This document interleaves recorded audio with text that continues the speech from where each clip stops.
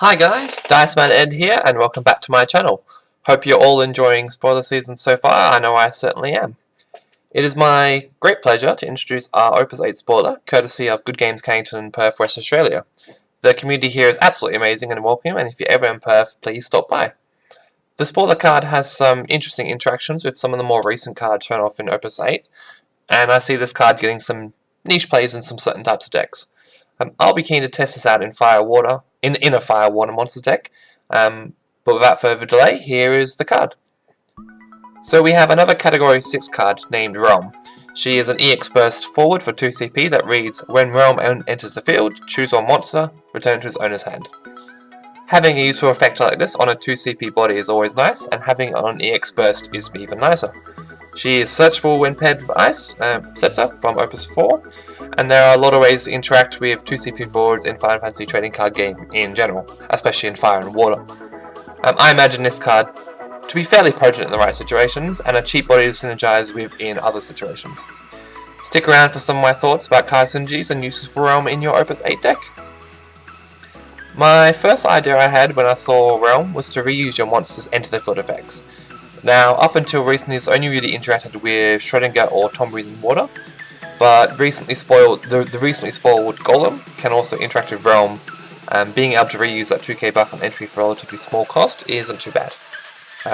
Secondly, and this is why I thought about pairing her in a Fire Water deck, you could use Opus 3 Phoenix in combat to bounce either your own blocking monsters so they can't live, or your opponent's monsters during their turn when they're trying to attack you. Maybe your opponent is playing really aggressively and has attacked you when they've got a Fire Spider out from Opus 8 on the field as well. Using Phoenix and Realm can not only bring you out a blocker to block their guys, but also reduce your opponent's forward's power by 3000 during that attack phase. Pretty cool. Realm is also viable with Lena and Wind Devout, though the latter doesn't see too much play at the moment. But just being an alternate toolbox card for Lena really makes Realm better in my opinion. There are some interesting niche uses to get out of Realm as well. Opus 7 saw a new mechanic for monsters that had them transform under certain conditions, such as Zagnel, Verona, etc. Once that condition was met, these monsters could cause a real problem for you, and they were quite strong. In particular, I quite liked Verona and used it quite a bit when I was first starting in Opus 7. Realm returns these to hand, and then they have to struggle to retransform their monsters back into forwards and re-meet those conditions. Also, as a weird interaction, and if you're a real pinch, you could attack with a Gygas, return it to your hand with Realm, and then replay it to have it up as a blocker. That's a very niche interaction, you wouldn't really do that unless you're in real issues or having a real pinch.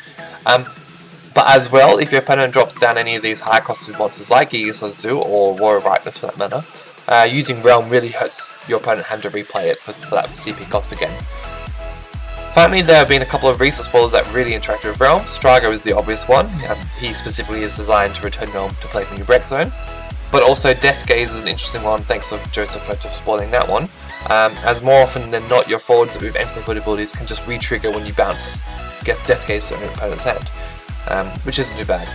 It would mean that they can reuse the Death Gaze, but also you might have other ways of reusing Realm, so that kind of getting more potency out of the anti-field abilities makes your opponent really think about using that card. So, what kind of uses do you see coming out of Realm? Do you have any spicy decking ideas or interactions that I didn't talk about today? Let me know in the comments. Hopefully you're all getting excited for the Opus 8 release, I know I definitely am. And if you enjoyed the video, please give me a like and subscribe. I'm hoping to put out more content in the coming weeks, so please stay tuned. Thanks for watching. Bye now.